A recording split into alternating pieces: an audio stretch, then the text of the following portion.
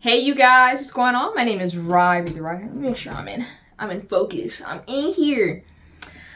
I just got done watching the latest Snow White trailer. It came out about 8 days ago, so I'm a little bit behind, but that's fine because I've been watching. I'm pretty sure you guys saw my other video where I was going over the Lion King trailer, but now I'm on Snow White. Let's dive into this. And I actually took notes because there's a lot of little things that I noticed about the trailer that I want to discuss. And here on this channel, you guys, I want you guys to know this. I'm not being bought.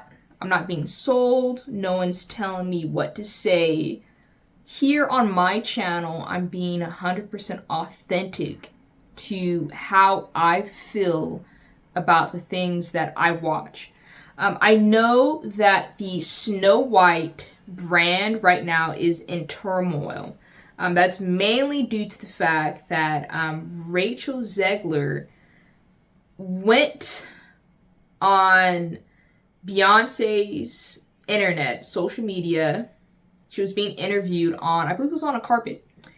And she went out of her way to pretty much point out all the bad things that she did not like about the previous Snow White that came out back in the day.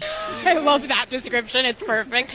You said you were bringing a modern edge to it on stage. What do you mean by that? I just mean that it's no longer 1937, and we absolutely wrote a Snow White that is not going to be saved by the prince. She's not going to be saved by the prince, and she's not going to be dreaming about true love. She's dreaming about becoming the leader she knows she can be, and the leader that her late father told her that she could be if she was fearless, fair, brave, and true.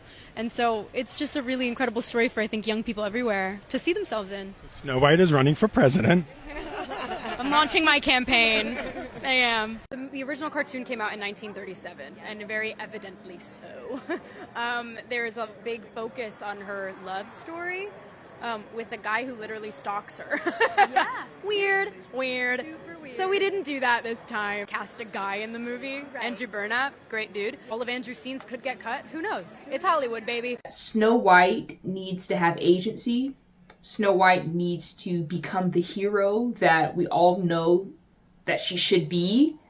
The prince is not necessary. If they cut the prince's lines, it's fine. These are Rachel Zegler's words, not mine. These are some of the things that she said. And I'm paraphrasing, basically. And yeah, it's just a push for modernism Snow White. No more... Well, basically, gone are the days of us having a heroine that needs to be rescued by a prince. Gone are the days of having a female character who embraces and lives in her femininity, who has a motherly bravado to her personality. We don't want that anymore. Not me, but this is basically what's being pushed, like the agenda being pushed forward this film. And this is what we've gotten from Rachel Zegler, that operating like that in the past, baking pies, cleaning, kindness, nurturing, that's not good. Nowadays, we need to be strong. Strong. Hulk strong. Unless you're She-Hulk strong. If you're She-Hulk strong. You hate your job. You're alone. You're oppressed. Being a woman. You're in your late 30s. You're done. That's all I got from the She-Hulk. It's so bad. We can't have sexy characters anymore. We can't have characters that love to love, that love their men, that love their boo, that fall in love. We can't have that anymore. We need to have strong, independent women who can take charge and kill their enemies. Oh my goodness. But yeah, so there was a lot of backlash from what Rachel Zegler said. And because of all the backlash, then, once we were seeing production photos of what was happening on set, Snow White's dress not looking too well, looking very costumey, then at the most controversial was the 7 dwarfs, or the 7 multi-ethnic, multiracial non-dwarf individuals. I have to put that picture on right now. Put it up. What was that? The Band of Merry Men. I don't know. But yeah, so the trailer released, and I find it so fascinating how we came from what it was they were pushing, that agenda, a few years ago. And it's crazy that the pandemic time has scooted along to where we're at now. But it's funny how we've gone from that Snow White, multi-ethnic dwarfs. We can't have dwarfs anymore. They're little people. They're little magical individuals. They're not even little anymore. They're just adults. There's 7 of them, and they all live in this cottage. We have Snow White. She has an agenda. She's a strong, powerful she-human, a woman. She don't need no man. We might cut that man's scenes, to now we're getting this trailer. So what I took from the trailer, and keep in mind, the movie is coming out March 21st, 2025. So we have about half a year till then. But what I've taken from the trailer is the opening scene. We get to see the cottage. The cottage looks nice. And like I said, I'm going to be honest with you guys. I'm not necessarily on the Snow White hate train per se. Even though Snow White is my favorite Disney princess because of the Well song. The Wishing Well song is my absolute favorite. I grew up listening to that song over and over. My mom would always play Snow White. We had particular Disney movies in my house that we would always watch. Usually the ones with the most trauma. Fox and the Hound, you got me. I was ruined. But it was Snow White that played in the house quite a bit. But from what I've gathered from the trailer, the cottage looks nice. That's what I said. I'm going to be honest. The cottage looks nice. It looks very whimsical. I like that it blends in very well with the nature around it. Very foresty, a thicket of plant life all around. The animals scurrying around the cottage. It reminds me a lot of the old Snow White. Actually, let me look up the date, because I keep saying the old Snow White. I want to know the date. Let me see. Snow White. Walt Disney. Let me see. Oh, 1937. There we go. That's when it came out. 1937. What a time. What a time. Was not there. But yeah, the cottage looks great. It reminds me a lot of the 1937 Snow White. It looks good. It is dark. And it does... And this is the same critique I have to mention that I've got from the Lion King Mufasa. The color grading is incredibly dark, the hues. It's almost like we're in a otherworldly dark universe with this Snow White. It looks very menacing and creepy. But the truth is yeah, with the 1937 Snow White, it was very dark. There were some, I'm not going to say there was something, it was dark. So them bringing into that magical, dark sorcerer, witchery vibe, fall. That's really the word, fall. Yeah, I feel it. So yeah, the dark tones are a lot, because in comparison to the 1937 with the cottage, it was very bright. There were a lot more colors. But for this one, it appears that Disney is kind of going towards like the dark, grim, Brothers Grimm kind of angle with the color grading. But still, the cottage looks nice. I like the animals are all around the cottage. Let me see what else. The dwarfs. That's a big thing I wanted to point out. Peter Dinklage, a very, very famous actor, and he is a great actor. Let's always keep that in mind. His work in A Game of Thrones should be studied. That man is a great actor. And what I remember him from, just being a early 2000s kid, is Elf. Yeah, and Peter Dinklage has always played characters with dwarfism. I know he played recently, I think it was like a Shakespearean film that came out not too long ago. He played a different actor, different character, I mean. But historically, Peter Dinklage has always played characters with dwarfism or with a shorter stature, might I say. But yeah, Peter Dinklage, a while ago, he went on and kind of got on Disney for aiming to cast smaller people to play the dwarves. And he said some negative stuff about that, which led Disney to move. I was a little taken back by the they're very proud to cast a Latino actress as Snow White. Yeah. But you're still telling the story of Snow White. Snow White, yeah. Seven Dwarfs. Sure. So, take a step back and look at what you're doing there. It makes no sense to me. You're progressive in one way, but you're still making that fucking backward story of seven dwarves living in a cave. What the fuck are you doing, man? Away from that, having characters with dwarfism, actors with dwarfism, play the dwarves, the seven dwarfs for the film, which led us to our first round of actors who were multi-ethnic.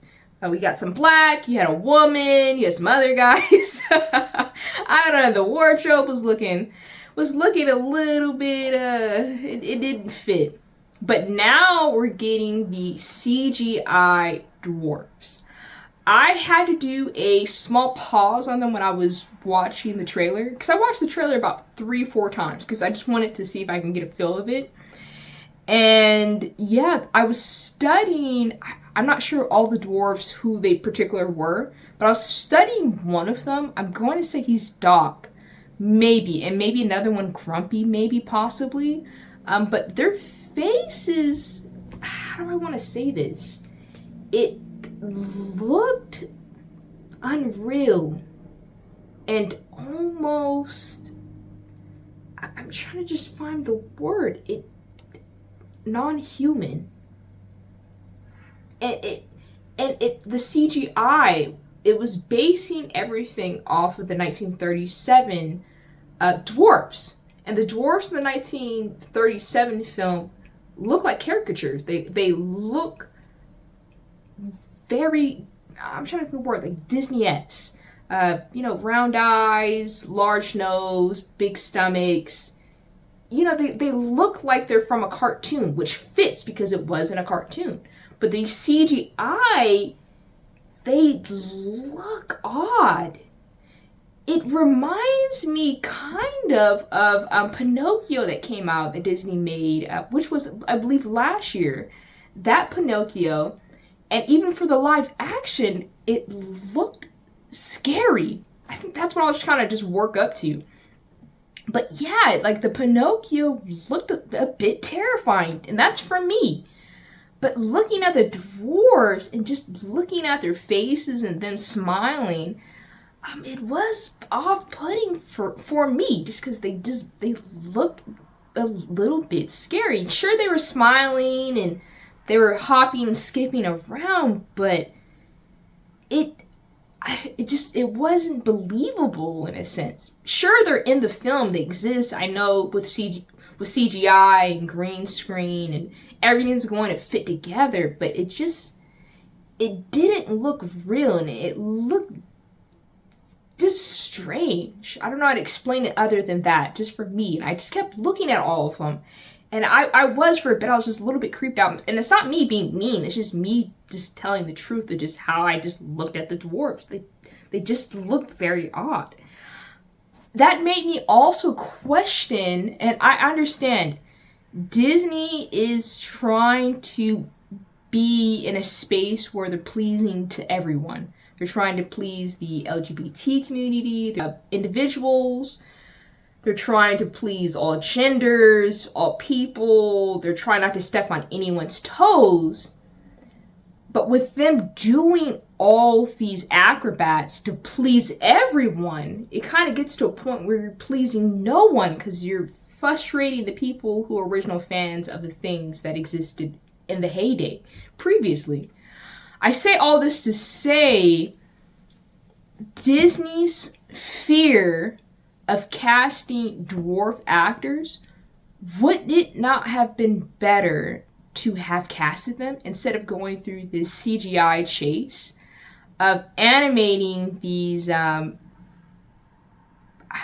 I'm saying, these characters, I don't even know what they are, these CGI characters, rather than just hiring individuals who are little people who have dwarfism to play these actors, to play in these roles.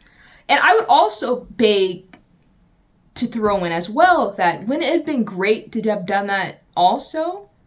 Because I can only imagine that, okay, you're an individual, you have dwarfism, or you're a little person, right? In Hollywood, there's not a lot of roles you can take for your stature. And it's not the fault of your own, it's just how you look and how you were made.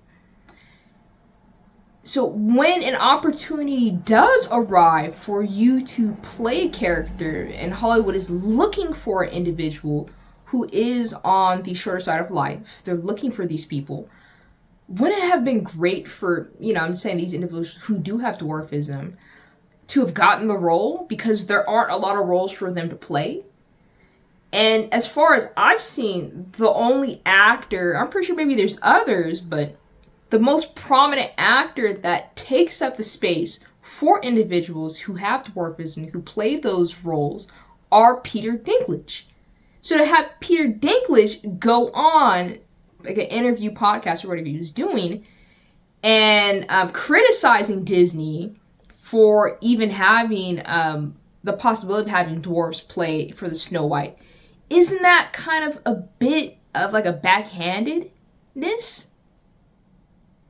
I mean, where's the irony in that? So you can play characters with dwarfism, but it's wrong if Disney casts them. I'm really just trying to wrap my mind around the whole thing. Because at first, when I was thinking about it before, I was like, maybe, but at the same time, if we are truly in a stage where we're promoting people of various backgrounds, different representations, shouldn't we just have hired those actors? Wouldn't it have been better? Wouldn't the movie have looked better if we just hired individuals who had dwarfism? Like, it can't just be me thinking like this, because I'm grappling. I'm trying to make sense of the pudding. I'm trying to put everything together on the table, and I'm looking at all the pieces here. Because I'm looking at the CGI and I'm going, how much did that cost? Because prior, they were going to have these multi-ethnic people, right? Maybe that was cheaper. But now, after all the controversy, now that we're finally here, we're getting ready for March 21st, 2025. Now we have 7 CGI dwarves. And they look strange. And they're going to be dancing and balancing within this world with Snow White, with Rachel Zegler. And you can see all the CGI. There's tons of it. But wouldn't it have been better if we just casted shorter individuals with dwarfism, little people, and we did it all on a realistic set? Sure, you're going to need some CGI for the animals, because you got to have some of that. Unless you're going to have animals that have been trained, I don't know, some squirrels, some birds. It's possible Dr. Dolittle, they did it there. But that was back in the early 2000s, the 90s. It was different back then, but I'm sitting here. I'm sitting here with it. I'm just sitting here with it. I had to throw that out there. I was thinking about it for too long. I was just thinking. Okay. Beyond the CGI, yeah, the cottage, everything looks good. The inside looks great. It reminds me a lot of the 1937. A lot of the woodwork within the cottage. The cottage looked dirty, which makes sense. The animals following Snow White around, they look great. There was a scene where Snow White, Rachel Zegler, was petting one of the deers. And I would say this, the dwarfs look strange. The animals, I can get behind the animals. The deer, it looked like a Disney deer. That's fine. The animals, I can work with the animals. But the dwarves, the dwarves look a little scary. They look a little bit scary. But the home and everything else look great within that. So Gal Gadot, what is there to say about Gal Gadot? She is beautiful. What else am I supposed to say? What do you want me to say on Beyonce's internet? What do you want me to say? She's gorgeous. You know that. I know that. She's beautiful. Wonder Woman. Come on now. Wonder Woman? Wonder Woman. Gal Gadot? Gorgeous. She's beautiful. Something I have to point out as well. Gal Gadot's evil laugh, her evil witch voice. Okay. Okay. I didn't know that was in there. I had to look at the screen and go, what? Gal Gadot with that evil voice? She sure did. She went, ha ha ha. You know, she had a little evil laugh to it. I enjoyed that. It's going to be different to see Gal Gadot in this light. And I think it's because we've been so homegrown and used to her playing happier, merrier characters. Characters who are on the lighter side of life. Usually heroes. Even if she is like a killer in a movie, she's still on the good side. But to have her step out of her comfort zone and to play a character that's evil and pure darkness and wicked, that looks fun. And she looks so good in it. Because I've watched other interviews of Gal Gadot. I know she has a little bit of an accent, but she sounded great for this. Like this, her being an evil witch, evil sorcerer, it's perfect. But she is beautiful. Because I don't know if you guys remember from the old Snow White from the 1937. Before Snow White, the evil witch was the fairest of them all. She was the most beautiful woman of the land. And that's, for Disney, I'm sure that was like a high hurdle of like who we're going to cast to play this character who is beautiful, fair, but yet evil. And yeah. Seeing Gal Gadot on screen, watching her sit in front of that mirror. There was a cool like little paneling of Gal Gadot like over a balcony, kind of looking down with that garb and the crown and everything. She looked great. So I'm excited for that. And I will say this as well.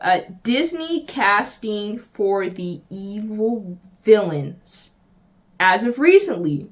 Because even if you go back to Ursula for The Little Mermaid, their casting choices, out of everything that Disney's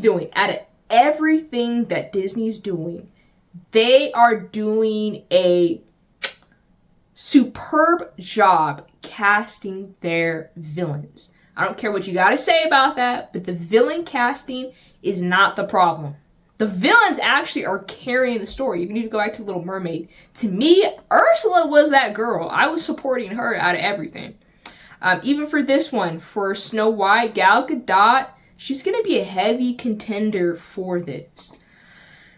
And I'll be honest, I'm excited to see that.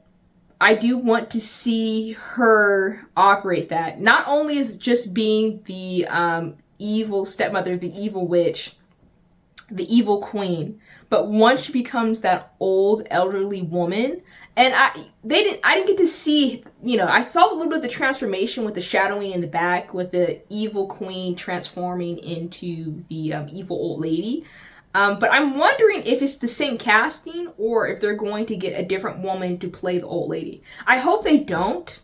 My hope is that they get Gal Gadot, they put on the prosthetics, they put on the makeup, they have her slouch a little bit, and they have her be an elderly evil woman who gives Snow White the apple. That would be cool. Just to see Gal Gadot go from beautiful evil queen to evil old lady with an apple, and that transition, that would be good. But yeah, Gal Gadot, she is beautiful. Let's talk about Rachel Zegler as well. I was doing some comparisons between her and the 1937 Snow White. I was looking at the faces. I was studying a little bit of the voicing as well. And let's be honest, no one's ever going to be able to top the 1937 Snow White. You can't top that voice. The singing, it's iconic. It's so iconic that the actress, I can't remember her name. I'll have to look it up. Maybe I'll put it down in the description box.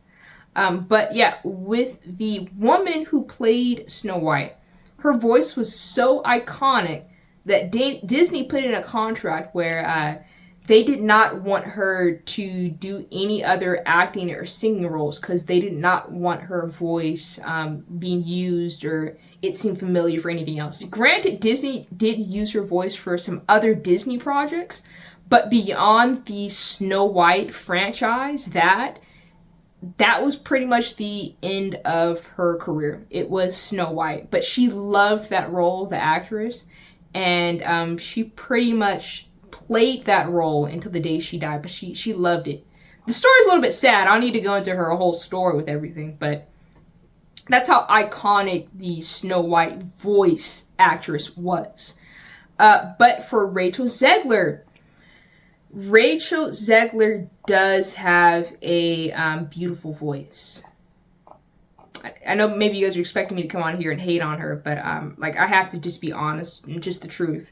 Rachel Zegler does have a beautiful voice. She does. She did play in West Side Story. Let's also keep that in mind. I'm not quite sure how great West Side Story, the current one, did. I believe it was also directed by Steven Spielberg as well. But to have been chosen to be in West Side Story and for it to have been directed by Steven Spielberg and for you to have been chosen, that says a lot about your talent and ability. And regardless of Rachel Zegler's previous behavior, the things she says, that's an issue with her PR and her media training, and that's something that I'm sure she's gone into immediate training for, especially with Disney. I'm pretty sure Disney's looking at all this and going, you are not going to have us lose a half a billion dollars, because that's essentially what we're leaning towards with creating this Snow White movie. It's costing Disney so far about $500 million. That's $500 million. Because I believe already we're at maybe $300 to $400 million just with the creation of this. Then you also got to keep in mind there is a marketing budget as well. So yeah, we're well into $500 million. For this movie to even make a profit, this has to be close to $1 billion film. Will they get that? I'm not sure. But I'm sure Disney was like looking at Rachel Zegler. Oh, you need to stop. You got to stop. Quiet. No more. Get her out of here. Hush. And she's been quiet ever since. I've not heard a peep from her or anything. I believe she is on Twitter and maybe some other social media. I don't really check for actors like that, but yeah, I haven't really heard anything about her and her true thoughts about this film. I do remember her and Halle Bailey, they did have a sit-down discussion about the upcoming Snow White, and that was PR damage that Disney was doing on behalf of Snow White. But regardless, Rachel Zegler has a great voice. She sounds good in this. She does sound good. The Whistle While You Work, that's iconic. It does not sound bad.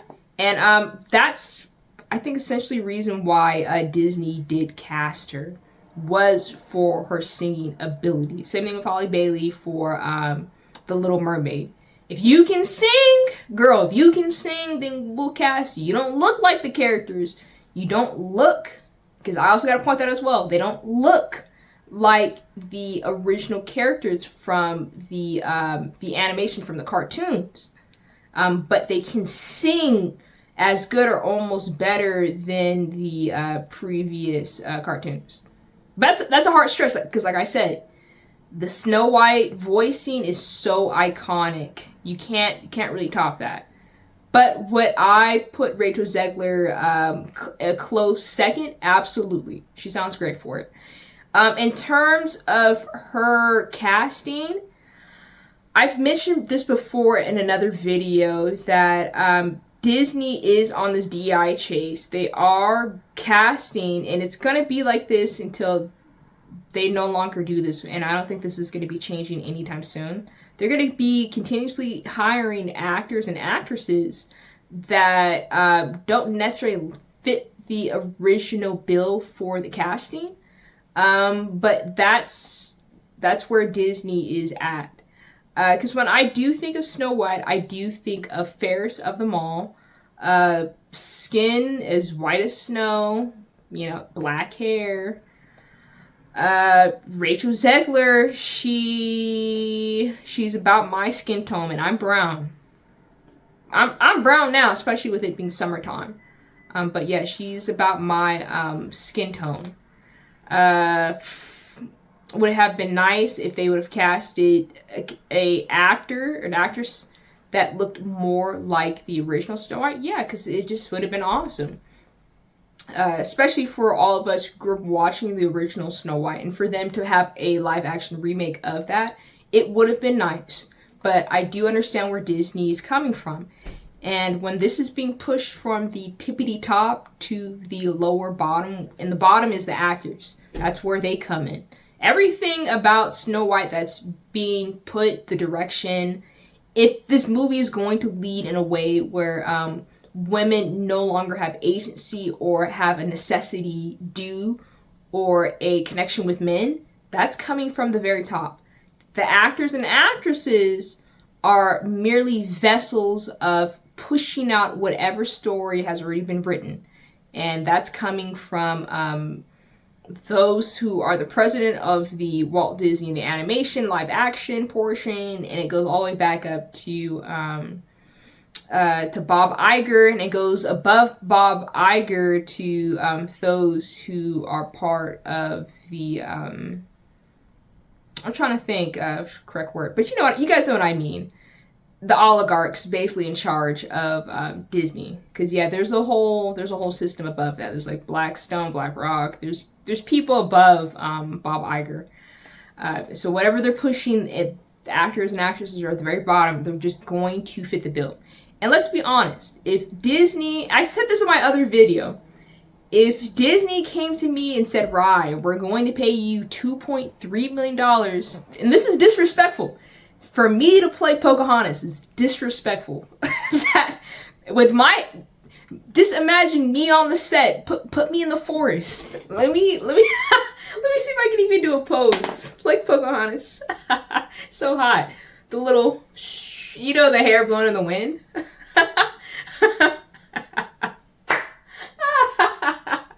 Yeah, just imagine me just, like, do you guys see it? Do you guys see it?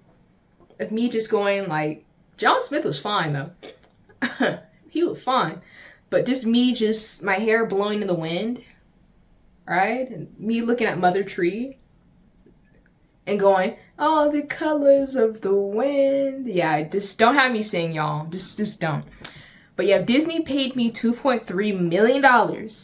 And I knew if I did this role, I'm going to be able to go to Disneyland for whenever I want, wherever I want, into all the theme parks for a lifetime. Because now I'm tied to the Disney franchise, to the Disney brand. And I get all the Disney perks. Plus, they're going to throw an award maybe as well. I'm taking it. It's going to be disrespectful. Y'all are going to hate me for it. But I'm Pocahontas. Hey, all the colors. All the colors of the wind. Y'all need to stop me. I need to get stopped. But yeah, so Rachel Zegler taking on this role. She knows she's not white like Snow White. We know she's not white like Snow White. Everybody knows. But she was like, yo, I'm about to get this bread. I'm a young actress. I don't have a lot of roles underneath my belt. I'm just trying to get out here, and this is my time. I'm coming off a high. I just got done working with Steven Spielberg. I was in the latest Shazam movie. I was in Hunger Games. I know Hunger Games fell, but it doesn't matter. I was in Hunger Games. Now I'm over here playing Snow White. I'm on an acting role high. Like, I'm going for whatever they offer me. I'm saying yes. And whoever my agent is, we're going to have dinner tonight. Like, that's her vibe. So yeah, it is what it is, you guys. It is what it is. But yeah, beyond the color, the skin color, everything else, yeah, Rachel Zegler, she can't sing. And to me, that's, if you're gonna play a role, you make sure you better sound good. You better sing your heart out. Especially if we're coming off of The Little Mermaid. Girl, her and her siren voice, you're coming after that. That's how I'll be looking. I'll be like, okay, so she just got done playing Ariel. She out here singing to the fish, to the birds, to the sea. She made a man fall in love, and he didn't even see her. But her voice alone, and now it's my turn, I better sing my behind off. I better sing to every bird, every squirrel, every fox, every deer. I am not messing this up. This is my time. So yeah, Rachel, you better sing, girl. You know what I'm saying? You better sing. Not even sing, you better sing. You better sing into that well. Oh my goodness. Let me see what else. So yeah, the clothing, the Snow White's little dress looks okay. It looks okay. I'm just gonna keep it there. It looks okay. I've seen other Snow White films where the dresses played for Snow White. They did look better than the one that we're seeing here. And I think it's just probably because of the direction that the costume department, whatever the directors were going for. This one, it looks like a sweeter fairy tale rather than more like a realistic. So it kind of seems like they weren't going in that direction where it was going to look more of that time. But it looks okay. It looks okay. Regardless, yeah, this movie comes out March 21st, 2025. I have one more thing to talk to you guys about because this threw me for a loop. I was laughing my behind off, and I love laughing. I'm a Gemini, you guys. We like to talk, and we like humor. If you can make a Gemini laugh, they will go out with you. Don't come over here and ask me questions. Try to make me laugh. I'm just saying, you make us laugh, you got us. This made me laugh. Disney, you are cracking me up. Okay. Yo. Okay. Y'all, here's the tea. Here's the tea. Here's the cast for Snow White. Rachel Zegler is Snow White. We got that, right? Controversy. The whole internet, Beyonce's internet is mad at that woman. Okay, we got it. Gal Gadot is the evil queen. She's the most beautiful woman I've ever seen. One of the most beautiful women I've ever seen. That's hard. That's hard. The mirror was like, yo, you're not beautiful, but I don't know. Gal Gadot, I don't know. That's Wonder Woman? I don't know. Catch this. This is the tea right here, you guys. Andrew Burnap as Jonathan. Girl, who's Jonathan?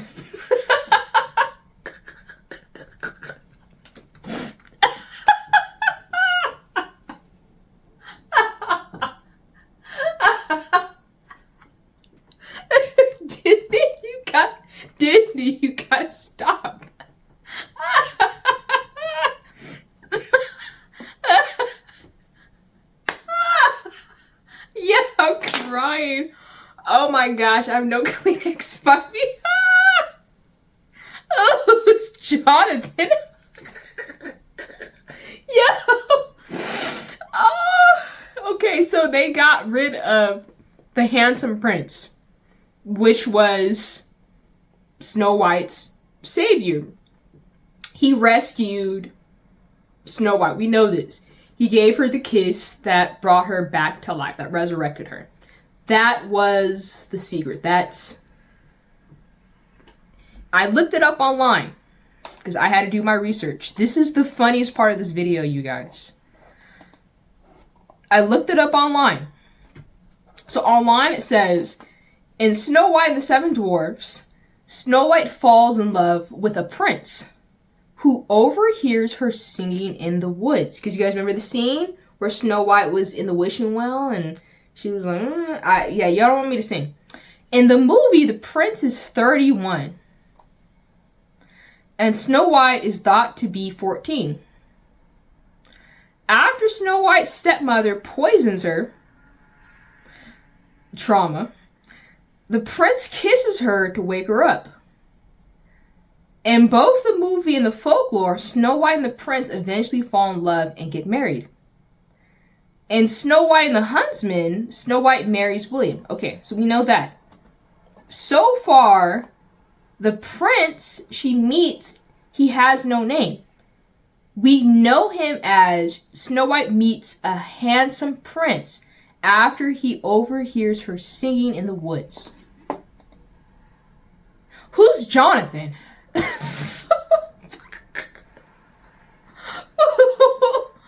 Who's Jonathan?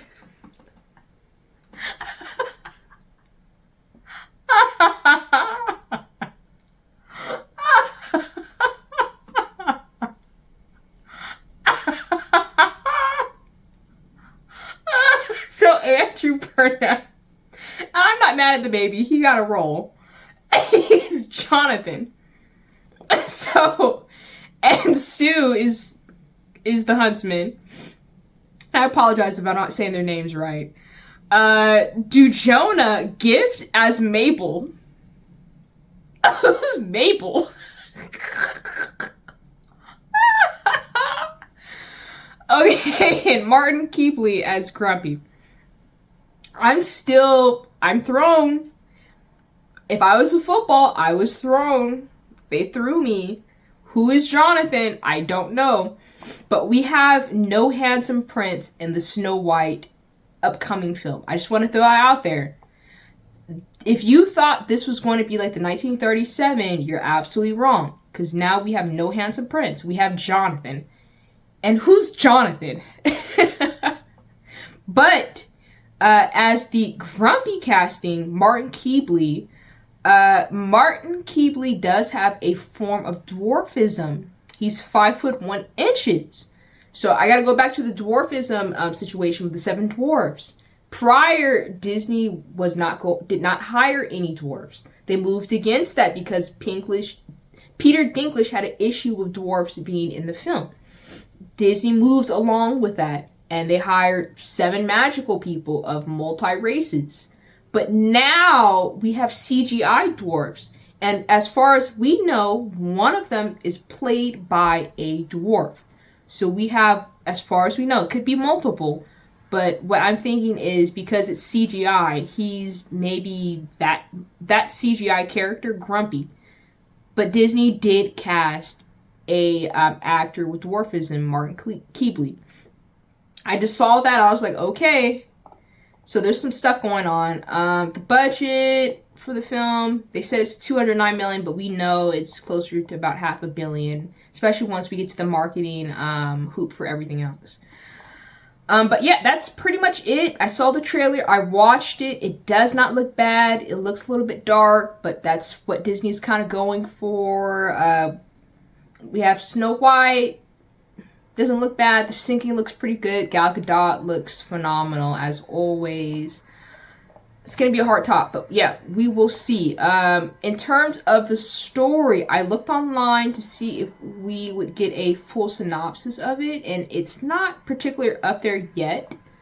But as far as what I've gathered is the film will not be similar to the 1937. It will be differently.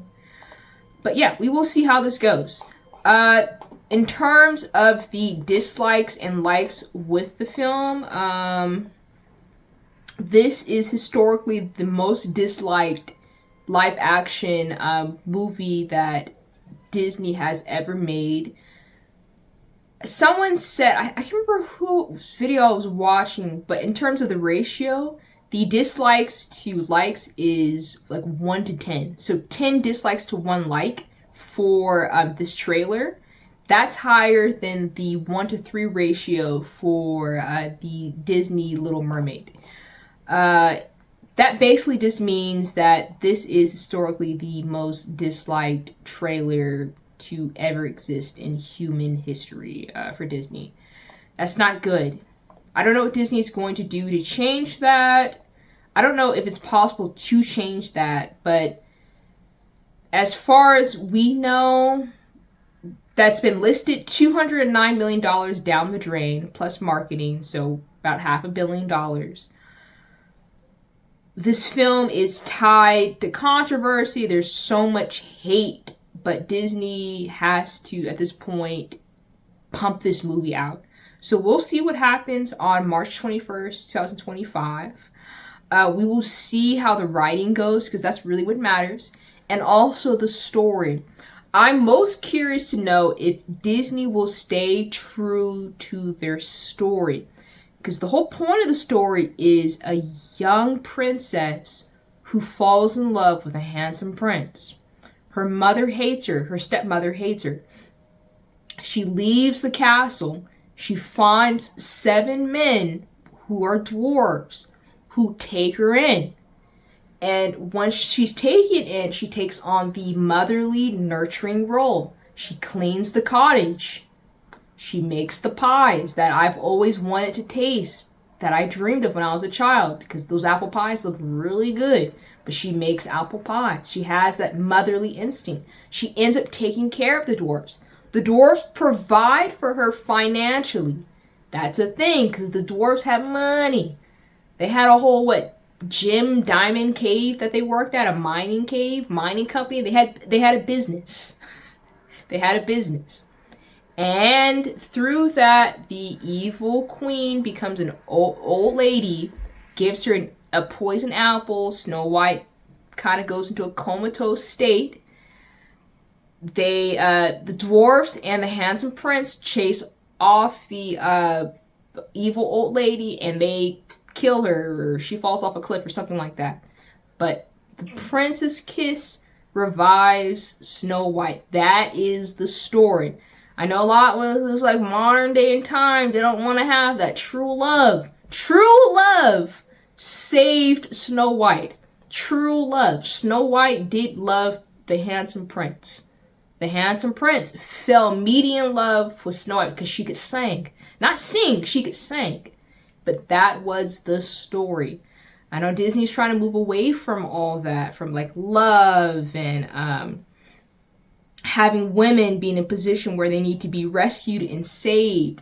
Not having strong heroines who can kill dragons and kill Ursula and protect themselves and immediately wake up one day and have all the skills and all the talent to take out all their enemies who are white males. I gotta throw that in there as well. But I know that's what we're being pushed a little bit. But the true story of Snow White, that's what it is. So I'm curious to know if Disney's going to derail from that narrative, or they're going to push something else because they don't like that anymore. And it's also the writers. They don't want that storyline being out with their old Disney princesses. So we will see on March 21st, 2005. I will be at the theater to go watch, as well as some of these other remakes that are coming out. But yeah, tell me down below, what are your thoughts on the trailer? What do you think? Are you excited for it? Are you mad? Are you gonna just downvote this whole thing? How did you feel about the CGI dwarves? Because they scared me. They really did. I'm still looking at them. I don't know. I don't know where to go with it. But yeah, this is where we're at. But yeah, tell me your thoughts down below about how you feel about everything. And we will see in this next upcoming press tour for Snow White what Rachel Zegler is going to say. I know it's going to be a lot of media training. I don't anticipate her fully being herself anymore on the internet. I personally expect to see a watered down version of herself, just because she's trying to come back into favorability with the public. And sometimes silence is better. So I just perceive her being a more quieter version of herself, rather than her more outspoken, opinionated self, and her true thought. But that's gonna be something once TikTok takes a handle of that, and they start making those videos and start pumping that out. But yeah, we will see. Other than that, you guys, I will see you for the next video. I appreciate you guys sticking around. And the question I have to leave you with before I go is, who's Jonathan? Who's Jonathan?